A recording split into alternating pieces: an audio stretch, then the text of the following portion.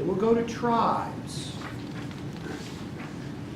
Now, what tribes might you be a member of? And I don't mean Fort Hall. Well, if you're in Friends for Learning, that's a tribe. Your family is a tribe. Church groups a tribe. If you're in a Toastmaster club, that's a tribe. So we're all in lots of different tribes. We're often joining and leaving tribes. Political tribes. Political tribes. Those are real big tribes, generally. Let's think about how the tribe is functioning and how it's operating. So I need a handful of volunteers. Okay? At least 2 more. It won't hurt, I swear. My wife's involved, so I'm sure not going to hurt her. Come on, Joel. John's looking away. That's a dead giveaway. One reason for eye contact with your audience is if someone looks away, dead meat. I'm excited, my son. We're going to start over here. Right here. Okay, tribal stage number 1. Which David Logan calls life sucks. That's his phrase. That's what's in the book. That's what's in the video. Tribal stage 1, life is miserable. And here's why. You dummies! You didn't do anything right! You didn't bring me the right color rock! You didn't get it done right! What's wrong with you? Huh? Still just laughing at him. You didn't tell me what you wanted, bud. That's because you don't understand! Now, has anyone been in a group that operates this way? Yeah. Is it any fun? No. No. Unless you're making fun of me, then it might be fun. But generally, I'm making life miserable for these people. So let's move a little bit over. We don't want to spend much time over here. Yeah, right here.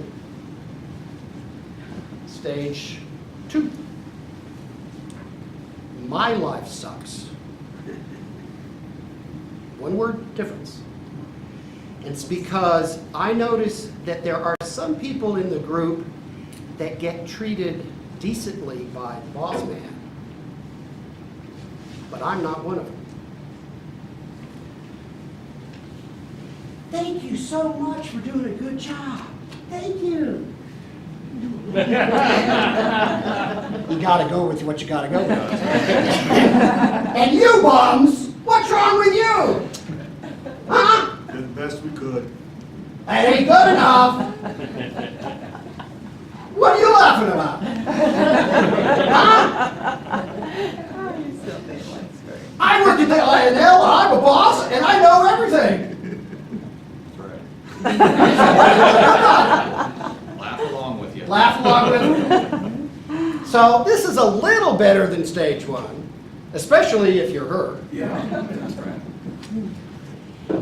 And because there's a glimmer of hope, you might figure out. Stand closer to you. Yeah, stand closer to her, right? Sorry. But you might figure out, why am I treating her differently than those guys? In this case, no matter how well they figure it out, it doesn't help them at all. Same thing if it's, nephew of the boss or cousin to the boss or something like that. Is it because she's with my phone post or something like that? Yeah, exactly. Okay, stage 3. Stage 3, I know they have something good to contribute, as long as they stand behind me. I'm the face of the group. I'm in charge. And yes, they might be making faces and so forth behind me. I might have rabbit ears. I might even have a knife in my back if I'm not careful. I'm giving them bad ideas, aren't I? Yes. So it's still an improvement. I'm not screaming at them. I'm not beating them until morale improves. But I'm probably using situational leadership approach of dictating and things close to it. I'm not helping them grow. So as long as I maintain my authority, things are fine. Ideas are great, as long as they're mine. Stovepiping is good, because it lets me know and keeps them ignorant. Right? Salute when you say that.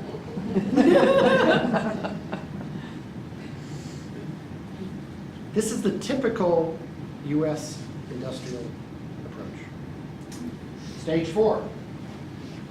See, it's getting better, right? From our perspective, yes. Well, now I'm trying to take these people with situational leadership into more and more independence. I'm trying to listen and work as a member of the team.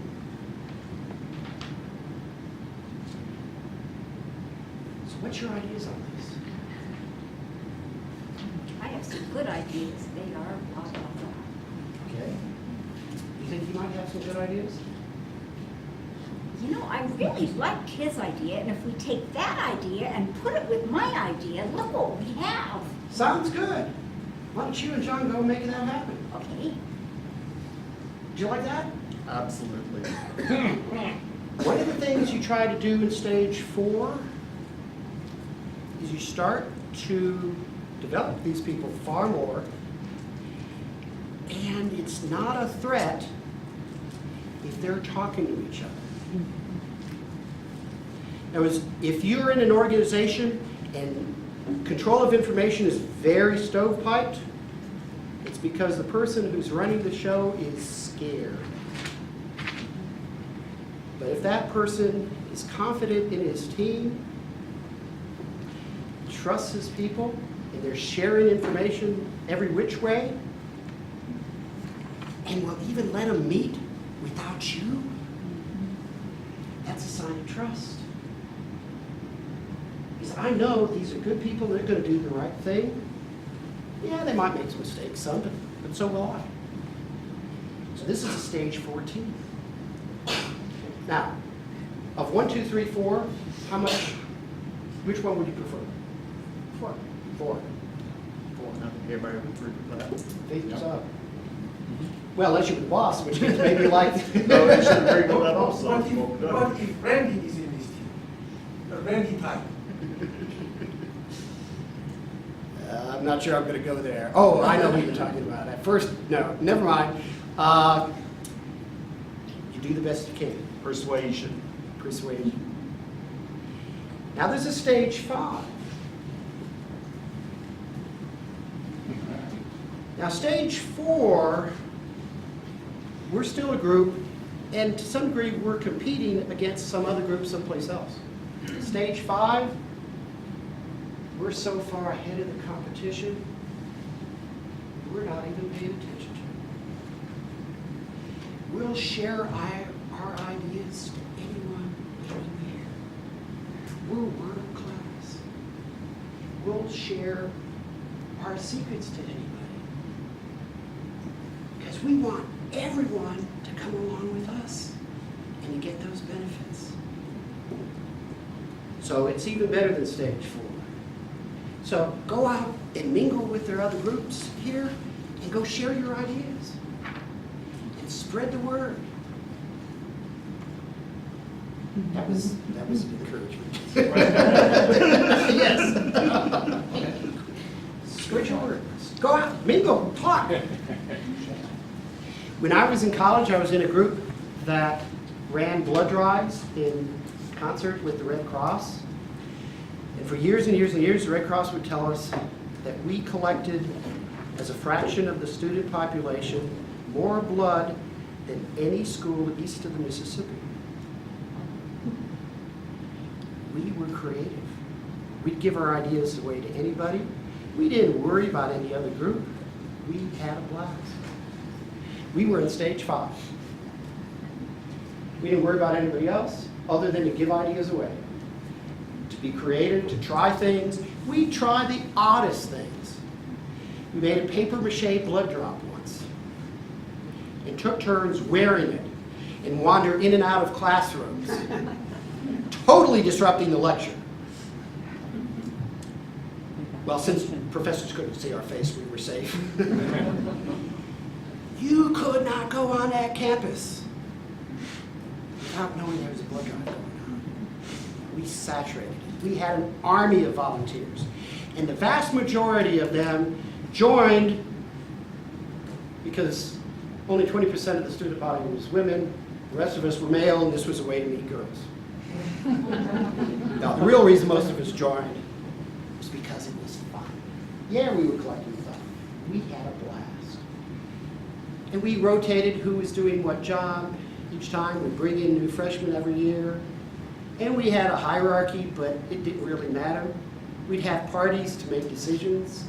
I mean, it was a wonderful experience. If you've ever had a chance, or in the future have a chance, to be in a stage 5 tribe, I really recommend it. It's a wonderful experience. But in terms of a business, or where you're trying to make money, or in some other kind of a group where there might be some kind of competition, maybe financial, maybe not, can giving away your ideas always be beneficial? If you're at stage 5, Yeah, it's absolutely. part of how you stay ahead of the pack. Especially if you got the patent. If you got the patent, think about, But if you've got the patent, you can't give away your ideas, or you Yeah. can give them away, but they can use them. they can use it for a fee. If I could just Yes, spit John. one little maybe example. I think the U.S. University system was at that stage, or at a part of that stage at least at one time. There was a time when the information was shared very, very freely throughout all their classes, whatever subjects were being taught, to not only all U.S. students, but also international students. And as a result of that, we drew extremely smart, intelligent people from all over the world who came to go to school to obtain that education and then stay here. I've worked with several of them in my career.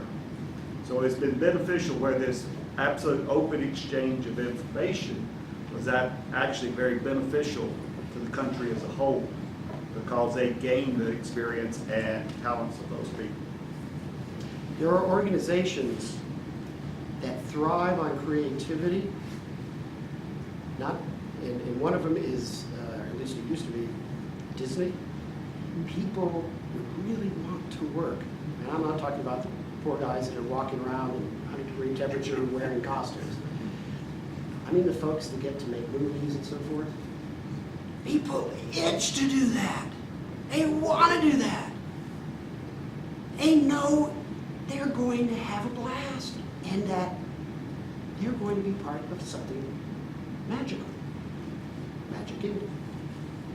So they're giving away ideas as fast as they can generate it. But the next ideas are generated at the next party, or the next get-together, or the next whatever it is. But you know, I want to interject because I was talking to somebody at at one of the Disney World complexes that was in charge of personnel. Yeah. And the thing is, even those people, they have waiting lists to get into those costumes. Because when you get into that stage 5 atmosphere, what happens is you take that with you wherever you go. And yeah, you may not be in another stage 5, you know, however, you know what it looks like. And once you've got that, you never lose it. Did you hear that? No. She talked to a performer at No, I talked to the personnel. Personnel Manager, thank you, at Disneyland or Disney World? Doesn't matter, Doesn't does it? matter. Disneyland. There was a waiting list of folks to wear those costumes at 100-degree temperature. Absolutely. Because it was such a wonderful experience. It was a stage 5 experience that would change them And when they went someplace else, they would take that personal change, that personal growth, anywhere they went. I'll take that blood drive experience anywhere. In fact, I brought it to Idaho. I gave blood here, which is where I met my wife. Seriously. Cool. I had a captive audience. I mean, for a few minutes, I couldn't get her away. She couldn't get away from me. We even got Did she come written back up. and give blood again? Pardon? Did she come back and give blood again? Yeah. We have blood drive anniversaries where we go in and give blood together. We've been written up in the state Red Cross newsletter, all because of the experience I had with the stage 5 tribe. So recognize what stage your tribes are in. There's some information on the handout. You can go online. These books will help you diagnose where you are in the stages and how you can help move. 1, 2, 3, 4, and sometimes 5. Stage 5, if you ever get there, celebrate.